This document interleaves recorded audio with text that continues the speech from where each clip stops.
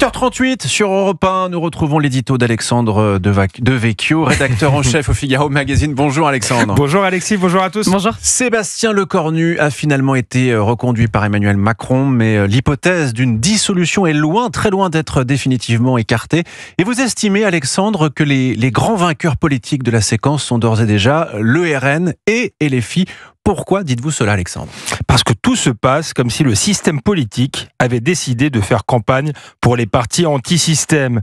Le RN et LFI ont en effet prospéré en dénonçant chacun à leur manière la déconnexion entre les élites et le peuple, ainsi que la consanguinité entre les partis de gouvernement. On se souvient par exemple de la célèbre formule de Marine Le Pen sur l'UMPS.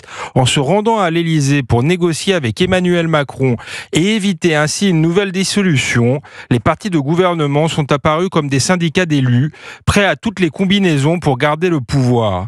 L'exclusion du RN et de LFI des négociations a renforcé l'idée que ces deux formations étaient les seules à défendre le peuple.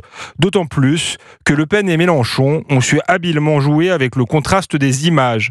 Tandis que les chapeaux à plumes se rendaient à l'Élysée pour négocier, la patronne du RN multipliait les selfies avec les pompiers. Le leader insoumis a quant à lui pris ses distances avec le reste de la classe politique. Au contraire de tous les autres partis, nous n'avons participé à aucun des nombreux conciliabules avec M. Lecornu depuis sa nomination. Nous ne sommes engagés par aucun des arrangements qui s'y sont distingués, a-t-il déclaré. Et les autres formations politiques ont donc laissé au RN et aux Insoumis le monopole du peuple, mais aussi, selon vous, Alexandre, celui de la politique. Oui, le RN et les Insoumis ont une ligne claire et une attitude constante par rapport à Emmanuel Macron et sa politique. Au contraire, les autres partis semblent s'être dissous dans un macronisme agonisant qui n'a lui-même aucune colonne vertébrale. Tous semblent prêts à sacrifier leurs convictions respectives sur l'autel de leur mandat. Et il faut désormais être diplômé de Sciences Po pour comprendre quel est leur projet politique.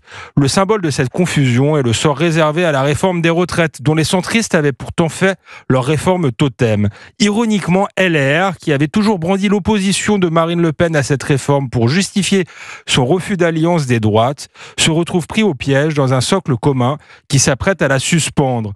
La plupart des électeurs risquent de ne voir dans tout cela qu'une tambouille électorale très indigeste. Le RN et les Insoumis sont souvent présentés comme des architectes du chaos, mais apparaissent désormais, Alexandre, selon vous, comme des pôles de stabilité. Oui, Alexis, car l'architecte en chef du chaos n'est autre qu'Emmanuel Macron lui-même, mais aussi parce que cette assemblée, sans majorité et sans boussole, se révèle extrêmement anxiogène pour l'avenir du pays.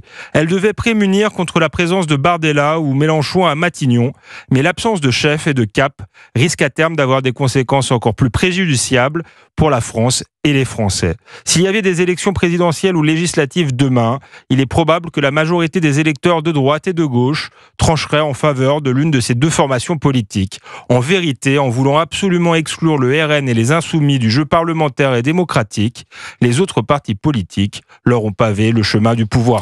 L'édito d'Alexandre Devecchio, rédacteur en chef au Figaro Magazine. Merci beaucoup, Alexandre. Merci beaucoup. Votre édito à retrouver sur europe1.fr. À demain. À demain.